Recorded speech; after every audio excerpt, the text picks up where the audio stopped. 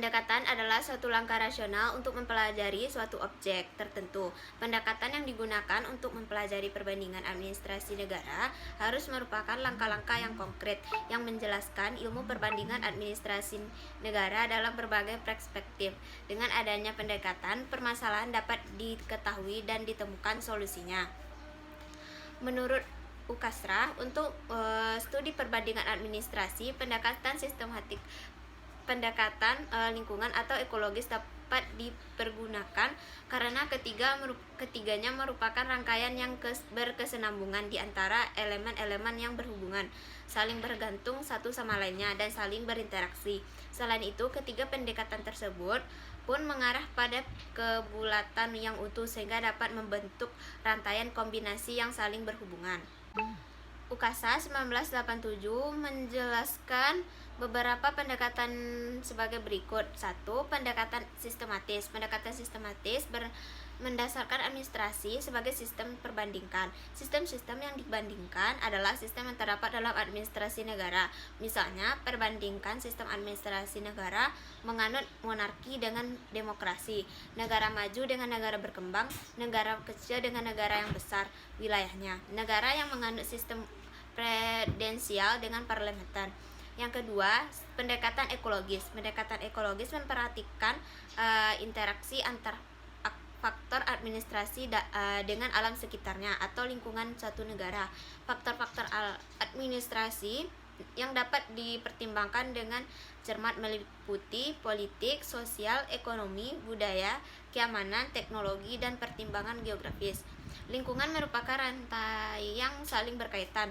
Dengan memahami administrasi negara suatu negara, maka sentralisasi ataupun desentralisasi kekuasaan, wewenang, serta kebijakan pemerintah yang mencangkup segala dan aspek perlengkap lainnya pada negara yang lebih menetapkan pendekatan ekologis.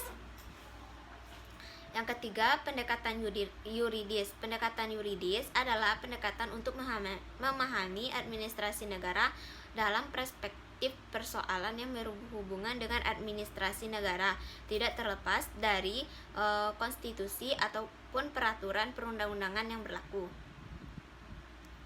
Metode yang dapat digunakan untuk mempelajari administrasi negara adalah yang pertama, metode deduksi, yaitu suatu metode yang berpikir menarik kesimpulan dari prinsip-prinsip umum, kemudian diterapkan pada sesuatu yang bersifat khusus.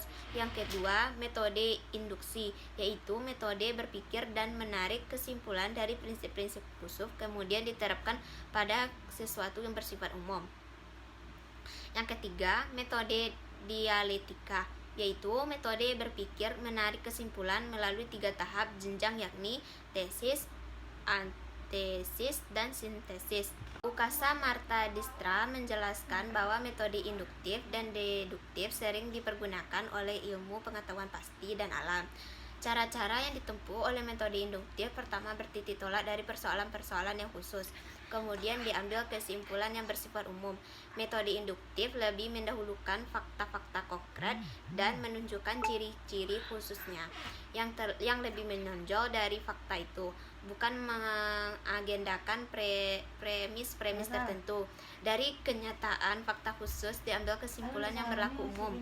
Berikutnya, metode induktif didasarkan pula pada metode empiris karena fakta-fakta yang dipergunakan didasarkan kepada kenyataan aktual dan dialami secara langsung oleh si pemakainya. Metode deduktif berhubungan dengan metode induktif.